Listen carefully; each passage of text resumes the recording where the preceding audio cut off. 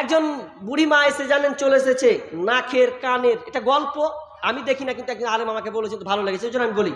মেয়েদেরই মতন একজন বুড়ি মা ওর নাকের কানের গলার হার সব কিছু নিয়ে এসে একটা প্যান্ডেলের তলায় দিয়ে দিল। আশ্চর্য!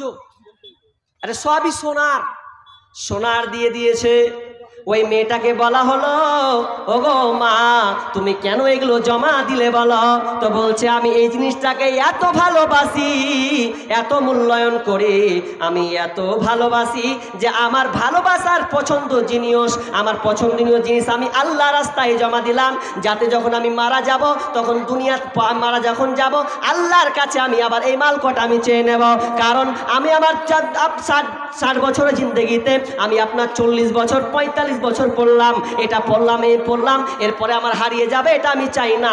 আমি এটা আল্লাহ রাস্তায় জমা দিয়ে দিলাম। ওই আপনার কিছু আলেম জিজ্ঞাসা করলো, বললো নানি, ও নানি আমার, তুমি যে জমা দিয়ে দিলে আল্লাহ রাস্তায়, তো তোমার বাড়িতে কি ছেলে মেয়ে নাই, মেয়ে কি নাই, বেটি নাই? তো বলছে আছে, কিন্তু ওদেরকে আমি দিলাম না, এই জন্য দিলাম না। যদি আমি তাকে মালটা দিয়ে দিই, আমার গলাহার পছন্দীয় জিনিস দিয়ে দিই, তো তারা হয়তো দুনিয়াতে গিয়ে বাড়ি করবে, গাড়ি করবে, জায়গা নেবে, আর অন্য মেয়েকে দেবে। কিন্তু আমি এই জিনিসটাকে এত মহাব্বত করি, আমার স্বামী দিয়েছে, আমার মা আমাকে এটা উপহার করেছে, অতএব আমার পছন্দের জিনিস আমি কোনো ব্যক্তিকে দিলাম না, স্বয়ং আমি আল্লাহকে জমা দিয়ে দিলাম। আমার এটা সবচাইতে পছন্দনীয় জিনিস। আমি যখন মারা যাব তখন ঠিক আমি আল্লাহর কাছে চেয়ে নেব, আল্লাহকে বলবো, দয়াল মাবুদ রে, যেগুলো আমি গলার হার দিয়েছিলাম, নাকের দিয়েছিলাম, আপনার হাতের বালা দিয়েছিলাম, কানের ফুল দিয়েছিলাম, আপনার কানের দুল দিয়েছিলাম, নাকের ফুল দিয়েছিলাম, ওগুলো আমি আজকে চাই, সেদিন আমি আল্লাহর কাছে চেয়ে নেব। দেখেন একজন দিনদারি মা, তার কেমন তার আশা, কেমন তার আশা যে তার নিজের মালটি দুনিয়াতে আল্লাহকে জমা দিল আখেরাতে পাওয়ার জন্য। তো আমি বলছিলাম আপনার মাল 3টা, যেটা আপনি খেলেন ওটা খানা হয়ে গেল, কিন্তু ওটা আবার পায়খানা হয়ে যাবে, ওকে আর পাবেন না। এখন বাপজি, বাপ মায়ের জন্য কত আছে বাপজি? 110 টাকা। আল্লাহুম্মা সাল্লি আলাইহি, আল্লাহুম্মা হাইকাল্লাহ বারাকাল্লাহ, আল্লাহ তার বাপকে জান্নাত নসিব করুন, আমিন। কি বলছিলাম? আপনার মাল, বক্তা চলে এসেছে মনে হয়, আপনার মাল আর 5-7 মিনিট আছে। আপনার মাল 3টা, আজকে আপনি খেলেন ওটা ভ্যানিশ হয়ে যাবে, যেটা পড়লেন ওটা ছিঁড়ে শেষ হয়ে যাবে।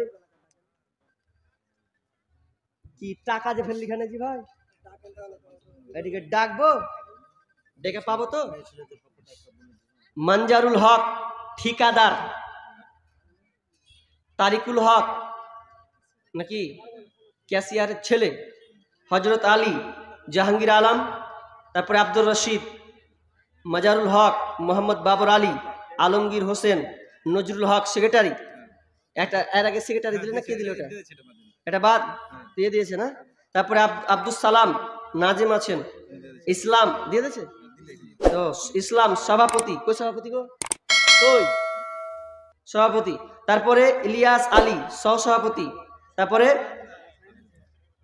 হাবিরুদ্দিন। তাহলে কয়জন? 13 জন। 3 জন দিয়েছে নাকি? 13 জনে 3 জন দিয়েছে, 10 জনের নাম লিস্টে টাকা হলো। আপনার খুব দামি দামি মানুষ আছেন, না হলে তো আর কলমে উঠবে না, নিশ্চয়ই আপনারা ভালো মানুষ আছেন বিধায় ওই জন্য ওই কলমে উঠেছে।